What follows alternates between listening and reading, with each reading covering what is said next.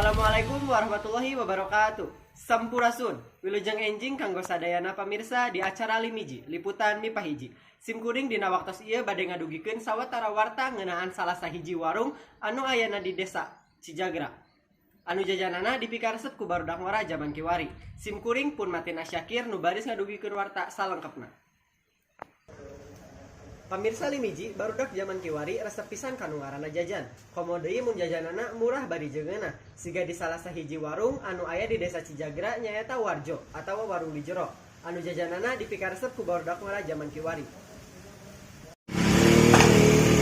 Pamirsa Limiji ayeuna simkuring aya di lokasi Warjo, warung di jero. Anu ayeuna di Kampung Kelos. Aya naon wae sih di Warjo? Ieu urang tinggal ka jero. Warjo atau warung bijero nu ayana di Kampung Elos, Desa Cijagra. Warjo ieu ditaratas ku Teh Susi. Ditaratasna lain anyar-anyar, tapi di tahun 2012 keneh. Di warung ieu loba jajanan anu dipikaresep ku barudak zaman kiwari, saperti seblak, pangyam, mitul, jeung sajabana. Warung ieu rame wae unggal dinten Minggon. Anu jajan biasana barudak sakola SD, SMP, jeung SMA. Warung ieu mukah di tabu salapan dugi ka tabu genep santen. Jajanan anu pangmirahna nyaeta markini ngan saukur 2000. Salah sahiji jajanan anu pangmajengna di warung ieu nyaeta pangyam. Pangyam mangrupakeun salah sahiji olahan tina mie anu dipadukeun make pangsit ti make bumbu khas nu beda ti olahan mie sanesna.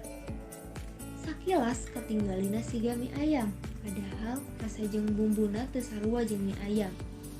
Kusabab dirasana nu raos, pangyam ieu jadi jajanan unggulan di Warjo.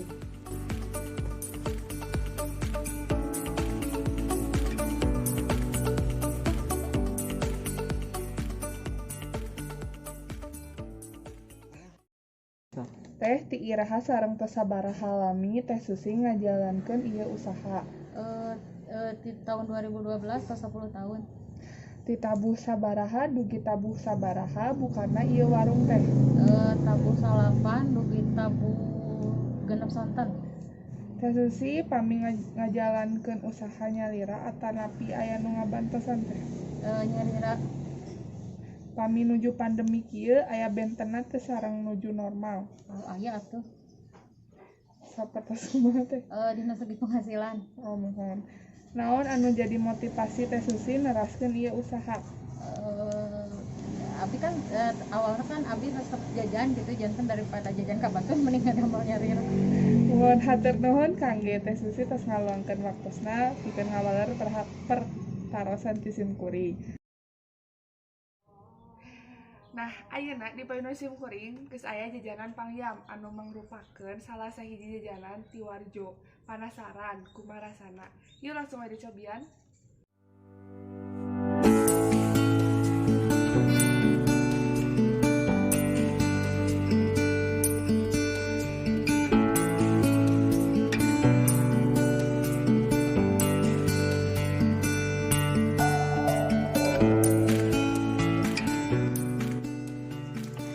Sanajan usahana keur ngalaman derendahan kusabab ayana pandemi, Teh Susi masih ngajalankeun ieu usaha sabab mangrupakeun penghasilan pikeun kulawargana. Sanajan teu eta, Teh Susi ngajalankeun ieu usaha teh pikeun nganaekeun UMKM. Rasana raos wajib pisan dicobian. Tong hilap tempatna di Kampung Elos. Sakitu wae ti sim kuring, Halisa Penarianti ngalaporkeun. Pamirsa Limiji, urang cekapkeun dugi ka dieu warta dinten ayeuna. Mugia dilancarkeun sagala urusanana. Ngawakilan nu ngokolakeun warta tadi, sim kuring pun matina Syakir, seja amit mungkur amit mundur. Wassalamualaikum warahmatullahi wabarakatuh.